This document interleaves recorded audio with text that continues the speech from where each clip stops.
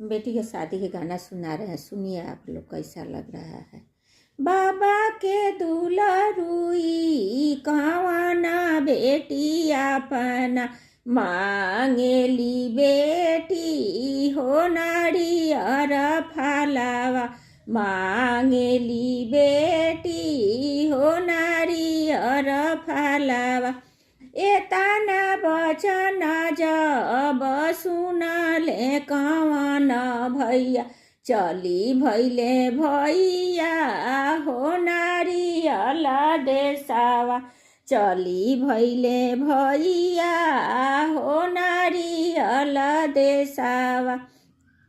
अतरही भेटेले सार बहनोइया कहाँ जालो सारावा हो ठीक दुपहरिया कहाँ जालो सारावा हो ठीक दुपहरिया।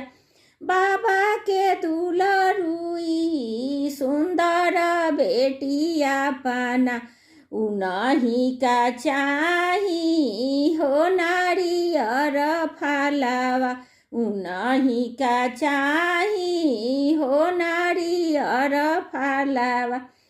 फिरू फिरू सरवा हो घरे चली जाहु हम लैब सारवा हो नारियर फलावा हम लैब सारवा हो नारियर फलावा।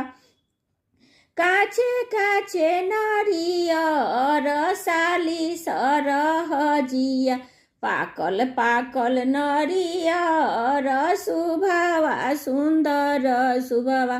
काचे काचे नारियर साली सरहजिया हम लैब सारवा हो नारियर फलावा।